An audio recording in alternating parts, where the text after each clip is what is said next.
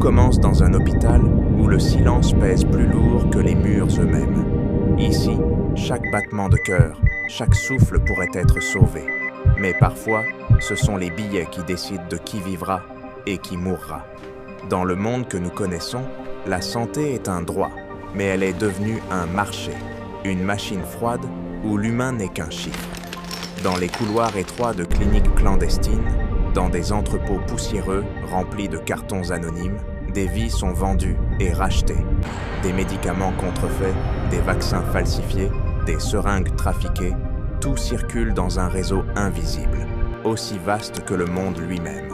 Et pourtant, pour ceux qui y travaillent, c'est juste un business. Pour ceux qui en souffrent, c'est une tragédie. Prenons l'exemple de Maria. Maria avait 10 ans lorsqu'un virus inconnu s'est abattu sur son village.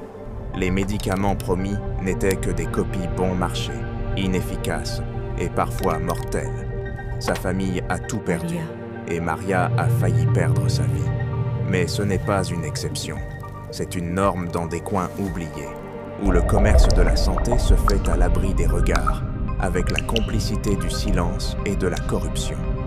Des experts en santé mondiale affirment que ces réseaux sont alimentés par des profits colossaux, par des chaînes logistiques qui échappent au gouvernement et aux régulations. On parle de milliards de dollars chaque année, d'un marché où l'éthique est souvent le premier sacrifice. Mais derrière chaque statistique, il y a un visage, une histoire, un être humain qui pourrait être vous ou moi. Et il y a ceux qui essaient de combattre cette injustice.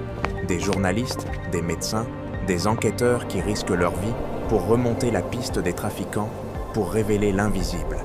Ils nous racontent des histoires de courage, de sacrifices silencieux et parfois de petites victoires qui ne changent pas le monde, mais sauvent une vie à la fois. Ce documentaire n'est pas seulement une enquête sur un crime, c'est un miroir qui reflète notre société, nos priorités et notre capacité à fermer les yeux sur l'inacceptable. Parce que tant que ces trafics continuent, la santé ne sera jamais un droit universel, mais une monnaie d'échange pour ceux qui peuvent payer. À travers les témoignages, les preuves et les enquêtes, une vérité simple émerge. Chaque décision que nous prenons, chaque négligence, chaque silence, alimente ce commerce mortel. Et comprendre cela, c'est peut-être le premier pas pour le changer.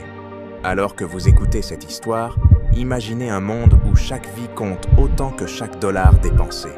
Imaginez un monde où la santé redevient un droit et non un luxe. Et demandez-vous, que feriez-vous si demain, c'était votre vie qui se trouvait au prix du marché?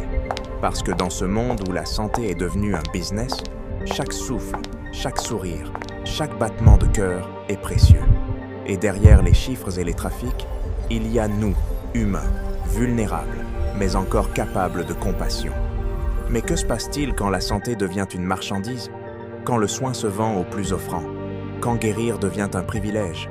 C'est le visage d'un monde en déséquilibre, où les plus pauvres perdent leur vie, pendant que d'autres accumulent des fortunes sur leurs souffrances. Dans certaines régions d'Afrique, d'Asie ou d'Amérique du Sud, les faux médicaments représentent jusqu'à la moitié de ce qui circule dans les pharmacies. Des pilules qui promettent la guérison, mais ne contiennent qu'un peu de poudre, ou pire, du poison lent.